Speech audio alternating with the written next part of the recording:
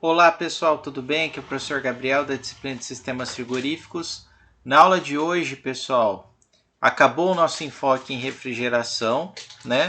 Agora o nosso enfoque vai ser em sistemas de condicionamento de ar, né? Então a gente vai analisar a climatização, basicamente, tá? No início do nosso estudo, pessoal, eu vou fazer uma revisãozinha na aula de hoje sobre os conceitos que vimos anteriormente. E eu vou culminar já passando para vocês uma das normas que a gente vai utilizar no cálculo, né, de carga térmica e na seleção e dimensionamento de equipamentos, tá bom? Que é NBR 16401, tá? Bom, pessoal, então vamos lá começar, né? Para quem não se lembra, a gente considerava o ar, né? Basicamente o ar atmosférico, quando a gente analisa a psicometria, que é o estudo do condicionamento de ar, com uma mistura de ar seco e vapor d'água. Então a gente sempre divide os dois, ar seco e vapor d'água, tá? Normalmente a gente indica o ar seco pela letra D ou A e o vapor d'água pela letra S, né? O D porque vem de dry air, né, do inglês, e o S de steam, né? Bom, composições do ar seco, tá, pessoal? Eu vou deixar depois esse slide para vocês consultarem, que é apenas a massa molar aproximada, tá? E o R, constante do gás, e o CP. Lembrando novamente também lá de termodinâmica 2, que para uma que nesses casos, tá? Eu não vou voltar no que eu falei lá em termo 2, tá, pessoal? Mas tanto o ar seco como o vapor d'água, eles funcionam como os gases ideais. Isso é interessante porque nós vimos, né, que quando a gente tem uma mistura de gases ideais, podemos falar que a pressão total é dada pela fração molar de cada substância vezes a pressão total. Desculpa, né? Na verdade, a pressão de cada substância é a pressão total, né, vezes a fração molar dessa substância, tá? Consequentemente, como eu tenho uma fração molar muito pequena de vapor d'água no ar em comparação ao ar atmosférico, a pressão que o vapor d'água se encontra no ambiente ela é bem baixinha, tá? Tá? Beleza. Então agora vamos para as características, tá? Então primeiro a temperatura de orvalho, tá? Ou de ponto de orvalho, né? Lá na ABNT, acho que deixa eu pegar aqui a canetinha. Acho que é TPO que eles chamam, temperatura de ponto de orvalho, tá? E ela pode ser utilizada, né, para alguns projetos de climatização que a gente vai ver mais para frente, tá? Mas o que consta, o que significa a temperatura de ponto de orvalho? É a temperatura que eu tenho, que o meu ar ele se encontra no momento. Quando eu falo ar, eu falo ar seco e vapor d'água, né? Porque os dois não estão à mesma temperatura. E que é o que? A água presente no ar ele começa a se condensar. Então é quando o vapor d'água ele atinge a temperatura de saturação dele naquela pressão que ele se encontra, tá? Basicamente é isso. E é esse fenômeno que a gente observa, pessoal, quando a gente põe uma latinha lá de alumínio e o ar passa e aí começa a vir aquelas gotículas de água, elas se formam ao redor da latinha. O que está acontecendo, pessoal? O ar, quando ele toca ali na latinha, ele abaixa tanto a temperatura que o vapor d'água presente, a temperatura do vapor d'água baixa também de tal forma que atinge a temperatura de saturação do vapor d'água e ele começa a se condensar. Então aquelas gotículas, elas são o vapor d'água que estavam presentes no ar, tá? Bom, Aí nem preciso falar, né? Vocês estão careca de saber que conforme diminui a pressão do, do vapor d'água, menor vai ser a sua temperatura de saturação. Consequentemente, quanto menor a minha fração molar de vapor d'água, menor vai ser a minha temperatura que ele teria que ter para atingir o estado de saturação, tá?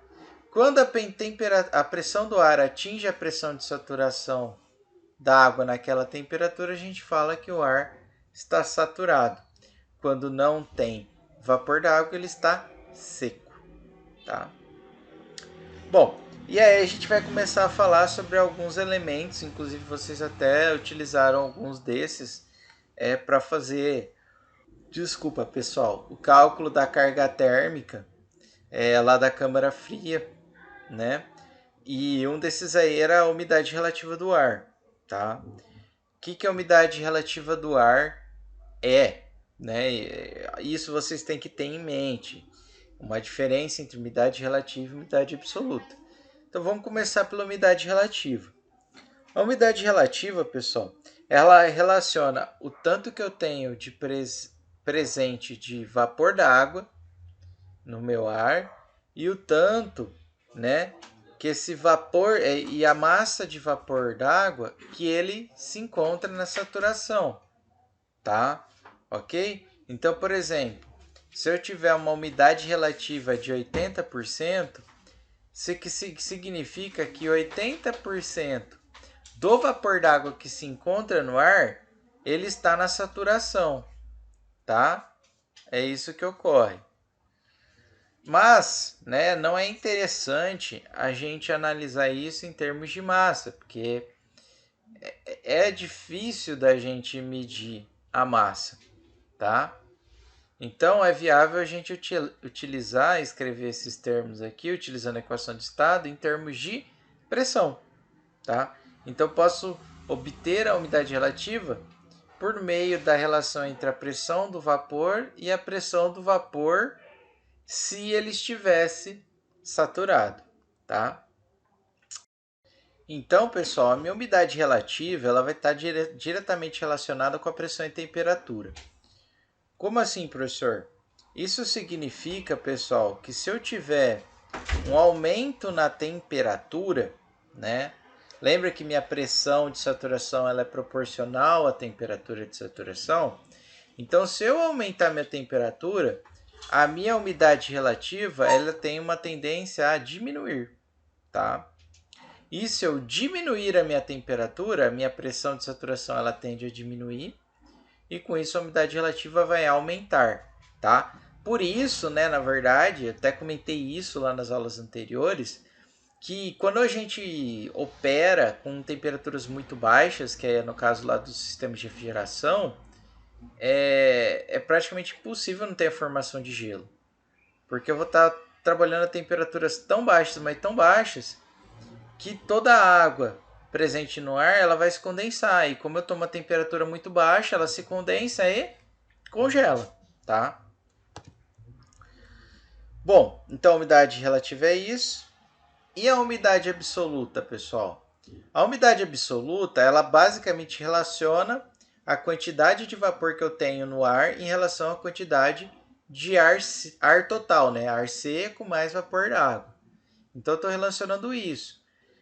Então, aqui, pessoal, diretamente, não é da umidade relativa que eu sei se o meu ambiente ele está, se ele tem bastante vapor d'água no ar ou não.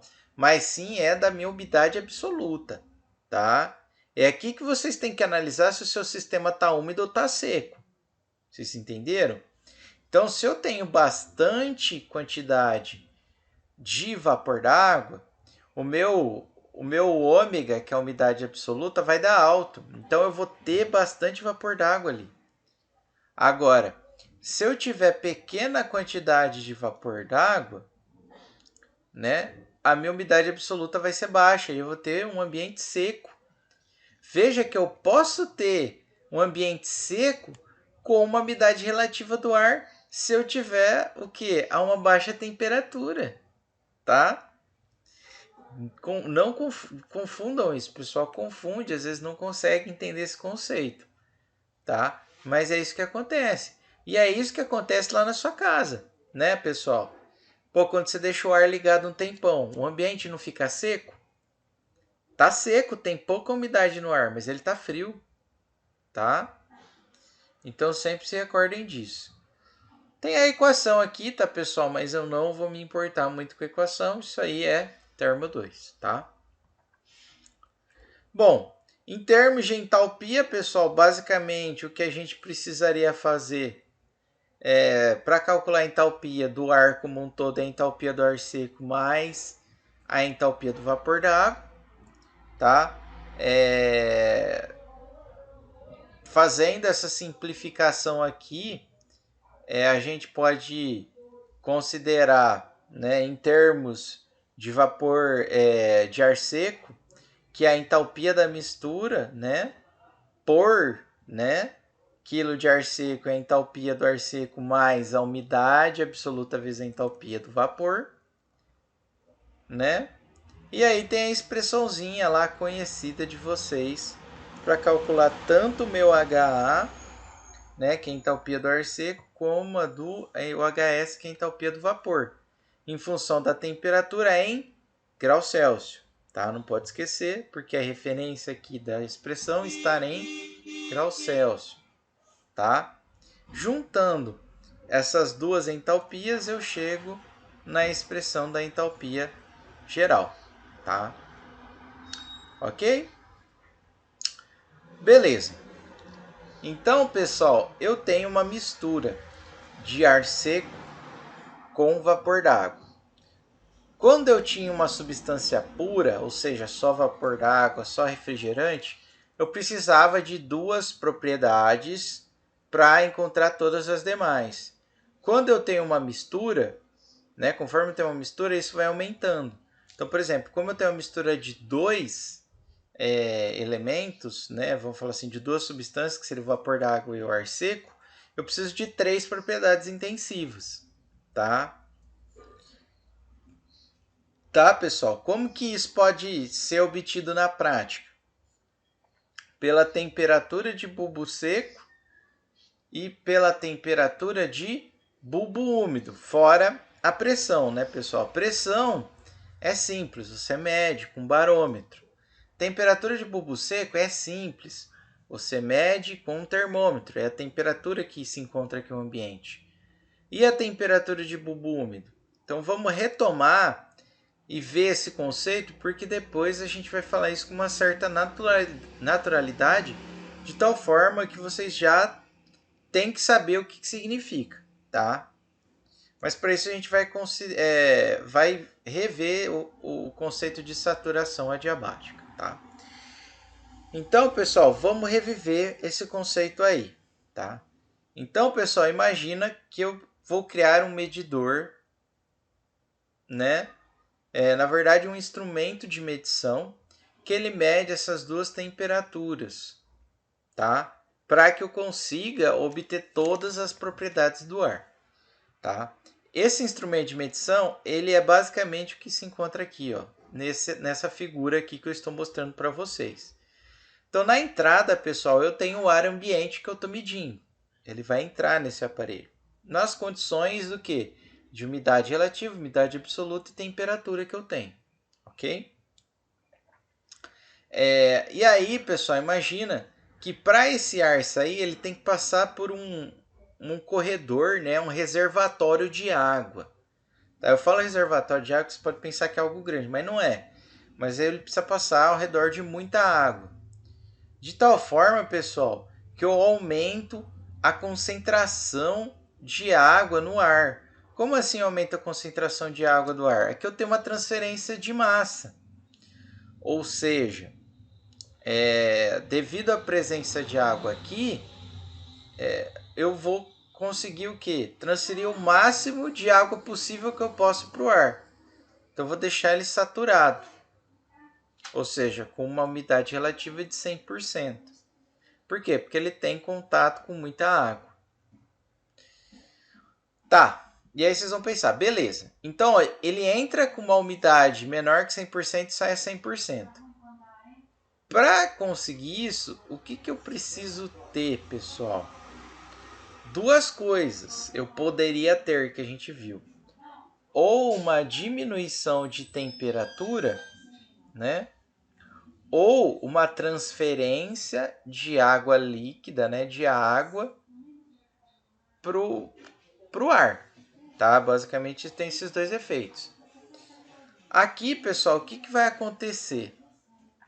Essa água líquida, para ela se juntar ao ar seco, ela vai precisar evaporar. Para ela evaporar, pessoal, ela precisa de calor, não precisa? É igual a água que você põe para ferver lá no café. Você precisa fornecer calor para ele evaporar, tá? Então, o que vai acontecer? Ela vai precisar de um calor para evaporar. Esse calor ela vai retirar da onde? Do ar que está entrando. Então, o que vai acontecer com a temperatura de saída aqui do ar? Ela vai diminuir, tá? Porque essa água líquida vai evaporar para se juntar ao ar, tá? Então, aqui na saída eu vou ter uma temperatura menor que a de entrada e uma umidade relativa de 100%, tá? Isso, e aqui na saída, pessoal, essa temperatura eu consigo medir com termômetro, né? Basta eu colocar um termômetro ali no estado 2 que ele vai medir a temperatura. Então veja que aquela final, aquela condição final, eu tenho, tá? E aí, pessoal, assumindo que esse instrumento é adiabático, ou seja, ele não transfere calor para o ambiente externo, eu posso provar, né? Não vou chegar aqui, mas eu posso encontrar todas as propriedades do ar que está entrando. O que seriam essas propriedades? A umidade relativa e a umidade absoluta, tá? Que são obtidas por meio dessa tabelinha. Na verdade, a umidade absoluta é obtida por meio dessa expressão aqui embaixo. E da umidade absoluta você consegue estimar a pressão de saturação, na verdade a pressão do ar que está entrando, e com isso você consegue estimar a umidade relativa, tá?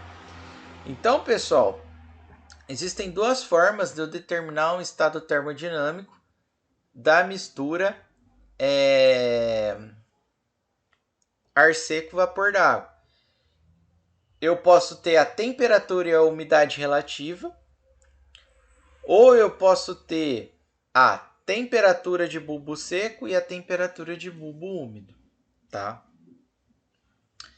Beleza? Então aqui tem alguns exemplos de medidores de temperatura de bulbo úmido, tá? Mas não é o enfoque da aula.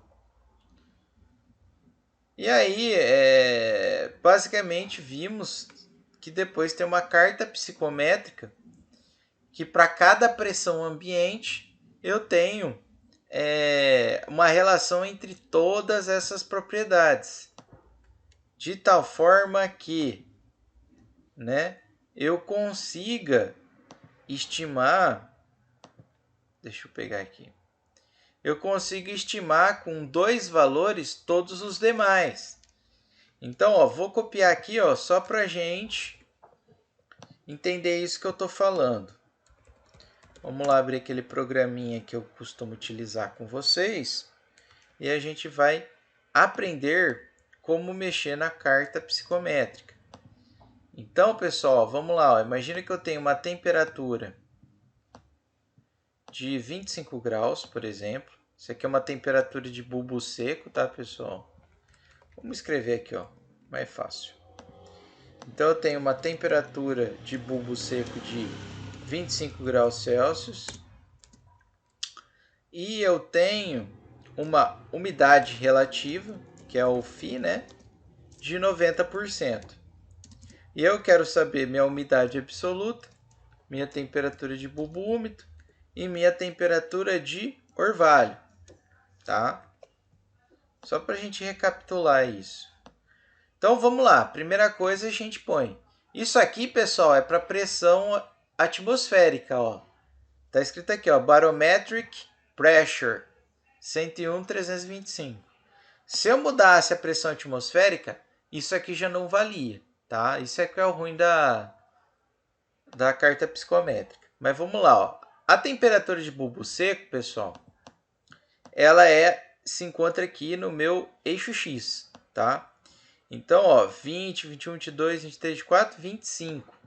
Então, essa linha aqui do meio, aqui, ó, ela representa a temperatura de bulbo seco de 25 graus, ok? Tudo bem, pessoal? Vamos diminuir a escala aqui do trem. Beleza. No meu eixo Y, pessoal, eu tenho a minha umidade absoluta, tá? Então, aqui, ó, é o meu ômega, o eixo Y. Eu não sei, tá? Essas linhas aqui, ó, nesse sentido diagonal, elas representam o volume específico, ok? E essas linhas tracejadas aqui, ó, deixa eu pegar uma outra cor, elas representam a temperatura de bulbo úmido. Então, ó, 25, 26, 27, 28, 29, 30, tá? E as linhas de umidade relativa são essas que estão em porcentagem. Consequentemente, a minha umidade... Vou fazer o seguinte, vou mudar para 80%, pessoal, para facilitar a nossa interpretaçãozinha aqui, ó.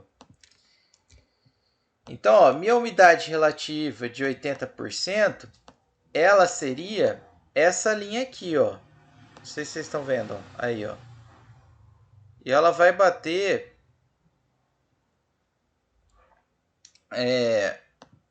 com a linha de TBS bem nesse ponto aqui, ó. Ok? Então, pessoal, veja que de cara eu consigo, né, ó, se eu rebater para o meu eixo Y, eu consigo encontrar a minha umidade absoluta, que é em torno de 16 o quê? Gramas de vapor d'água por quilograma de ar seco. Então, esse cara aqui, ó, ele é igual a 16 gramas de vapor d'água por quilo... Opa! O S, né? Quilo de ar seco. Ou, pessoal, 0,016 de quilo de vapor d'água por quilo de ar seco. Beleza? E os demais? Temperatura de bulbo úmido. Olha as tracejadas, ó, pessoal. Essa aqui, ó, vamos lá, ó, 25, 24, 23, 22, ó, tá entre a 23 e a 22, em torno do quê? De aproximadamente 22, tá um pouco menos da metade, né? Vamos falar que é uns 22,4, mais ou menos, por aí, né? Mais ou menos isso aí. Beleza. E faltou, acho que nossa temperatura de ponto de orvalho, tá? Ok? A nossa temperatura de ponto de orvalho... Ah, tá aí, tem a entalpia, né? Perdão. A entalpia, pessoal, ela segue essas linhas aqui, ó. Você teria que manter uma régua e seguir mais ou menos essas linhas aqui de fora, né, ó? 60, 62, né, ó, 64, 66, tá, ó. Vamos traçar uma linha aqui pra gente verificar, ó, uma linha amarela. Ó, dá aproximadamente 66, ó. Então, minha entalpia, ó, também seria 66 kJ por quilo de ar seco, ok? Para eu encontrar, pessoal, o nosso temperatura de ponto de orvalho, eu tenho que ter o estado de plena saturação. Vocês não concordam? Como que eu tenho meu estado de plena saturação. Se eu tenho 100%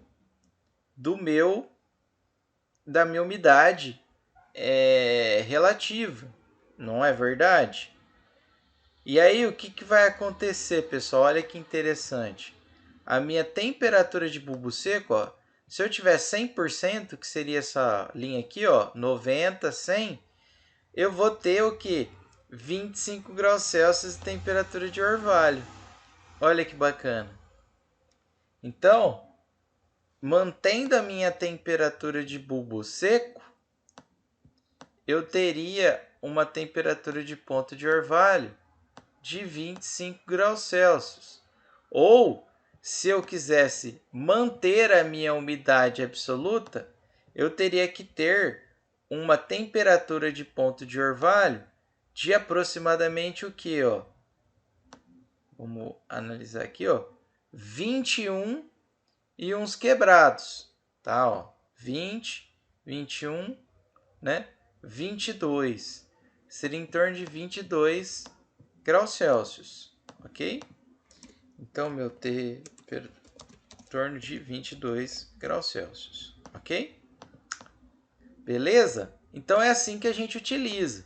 O que é interessante também da gente notar na carta psicométrica, que quando eu subo, né, isso eu até cometi um equívoco aí no vídeo de vocês, eu estou deixando o meu ambiente mais úmido. Por quê? Porque eu estou aumentando a umidade absoluta, ou seja, eu estou aumentando a quantidade de ar. Então, eu tenho um processo de umidificação. Se eu abaixo, né, ó, eu tenho o oposto, eu estou desumidificando o ar. Tá? Então, eu tenho menos quantidade de vapor no ar.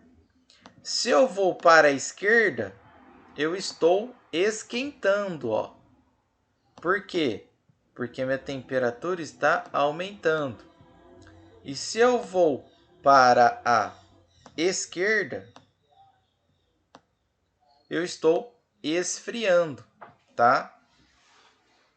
Mas os processos reais normalmente são na diagonais. Então, por exemplo, eu posso esfriar e umidificar o meu ambiente, que seria essa seta que eu fiz aqui vermelha.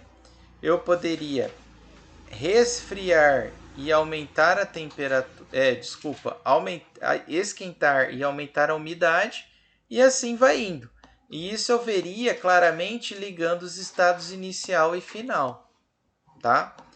Vamos verificar se a gente acertou, pessoal? Vamos lá então utilizar aquele programinha. Eu não lembro se eu coloquei aqui, acho que não. Que o Lázaro me ajudou a fazer na disciplina de Termo 2. Acho que está lá nos meus slides de Termo 2. Opa. Aula 11. Aqui o programa. E vamos inserir aquelas condições que a gente utilizou. Ó. Pressão atmosférica. Só que é umidade relativa. Ó. A temperatura de 25 graus e a umidade relativa de 80. Tá? Vejam que o meu W deu 0,016. A temperatura de bulbo úmido. Ele não está calculando? Não está calculando. O meu H deu 66, tá vendo? A minha temperatura de orvalho, eu tenho que fazer um ajustezinho aqui, tá, pessoal? Na tabela de saturação, tá? Calma aí. Que eu tenho que me lembrar o que eu fazia. Menos 5, vamos colocar um menos 1.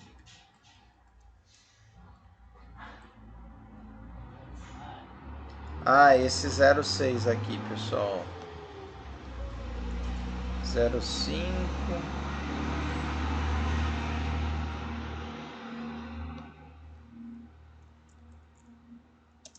Mais um, ó. Aí, ó, mais um. Deu 21,2, né? que é o que a gente anotou, ó, deu aproximadamente 22, né? Realmente interpretei errado aqui alguma coisinha. Mas é isso mesmo, ó, 20, 21, calma aí, 20, 21, calma aí, pessoal, 20, 21, 22,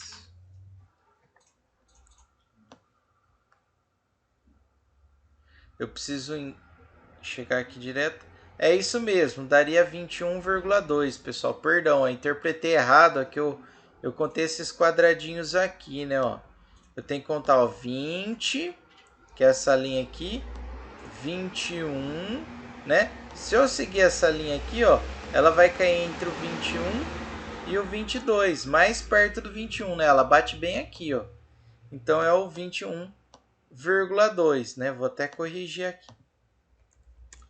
Beleza? Tá? Então era isso, pessoal, que eu tinha para revisar esses conteúdos, tá? Fora isso, eu só gostaria de comentar com vocês a NBR, depois eu vou passar para vocês, que é de instalação de ar-condicionado. Quero que vocês deem uma lida, tá? Ela é dividida em 3 partes. A parte 1 do projeto, parte 2 de conforto térmico e de 3 de qualidade do ar. Tá? Essa 1 aqui é o caminho do projeto. Tá? Ele explica as termos e definições, as normas como referência que ele toma, os conceitos, tá? O que você tem que fazer num projeto, né? No anteprojeto, o que tem que ser fornecido, detalhamento de obra, todas essas coisas.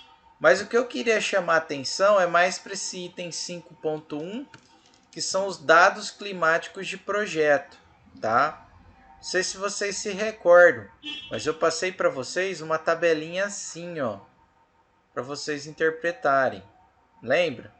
E aí tinha um monte de coisa, ó, a frequência anual, TBS, TBU e tal, TPO, que é a temperatura de ponto de orvalho, W, que é a umidade absoluta. Então, ó, o que vocês utilizam no seu projeto de vocês? Ele tem a indicação aqui na norma, tá? Qual a frequência que vocês adotariam? Essa de 0,4% a 99,6% são em projetos em que você não pode errar. Crítico. Por exemplo, é um sistema que ele depende muito da qualidade do ar. Por exemplo, você está estocando algum material num hospital que ele tem que ter um controle muito bom de temperatura. Isso aqui. Os projetos comerciais e residenciais a gente normalmente deixa de 1% a 99%. E esse 2% é projeto onde você pode passar um pouco, tá? Então assim que você seleciona a frequência de ocorrência. Que valores eu levo em consideração daqueles parâmetros? TBS, TBU, C, TBSC, né, TPO. No caso de sistema de resfriamento, pessoal, ó, que é o mais padrão, por exemplo, climatização do ambiente, vocês vão levar como referência o TBS e o TBU-C. É isso que está falando a norma.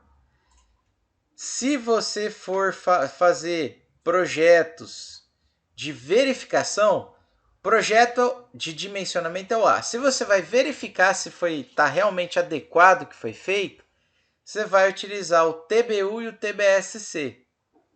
Tá? Se você for trabalhar com torre de resfriamento e resfriamento evaporativo, TBU e TBSC. E assim vai indo, tá, pessoal? E aí vocês podem perguntar, professor, lá, lembra, só tinha São Paulo, Campinas, não tinha todos os lugares. Se eu não tenho, o que eu faço? Aí, pessoal, né? Você deveria, aqui ele está até falando, ó, ou você escolhe o ponto que se aproxima mais, né? Aquele dado que se aproxima mais da região que você tá? Ou você consulta, né? Esses parâmetros climáticos da localidade do projeto, tá? Mês mais quente, mês mais frio, tudo bem? E aí ele fala que a referência bibliográfica 1 pode também ser consultada, tá? A fim de avaliar por comparação, tá? Então, ó, vocês vão lá no final, ele tem a referência bibliográfica. Ele mostra. Ó, qual que é a referência bibliográfica 1, ó? Desempenho térmico de edificações, tá? Então, ele nessa outra norma pode ser que tenha dados, ok? Então, só para vocês entenderem aquilo que eu havia mostrado com vocês, que eu acho que faltou eu comentar. Ok? Beleza. Então é isso, tá, pessoal? Depois eu vou continuar falando com vocês picado, aula por aula, o que a gente vai ver no curso. Né? A gente vai voltando aqui, vai seguindo a teoria. Mas aqui, pessoal, ele fala qual metodologia devem ser utilizadas para cada situação, tá? No caso aqui da nossa disciplina, a gente vai trabalhar esse método aqui CLTD ou CLF, que é da ASHRAE, que ele é utilizado para zona única, zonas térmicas únicas ou pequeno número de zona. Ou seja, é quando a maioria dos seus ambientes eles têm que ficar numa temperatura fixa ou com pequenas diferenças de temperatura, que eu acredito que seja a maior parte das aplicações. Caso você tenha um grande, amplo zonas térmicas, ou seja, um ambiente a uma determinada temperatura, o outro a outra, o outro a outra, esse método que a gente vai utilizar na disciplina, ele não vai ser bacana. E aí ele recomenda a utilização desse outro método, que é o TFM, tá? Que aí eu vou deixar para vocês fazerem uma pesquisa posteriormente, tá? Então, obrigado pela atenção, espero que vocês tenham entendido e até a próxima aula.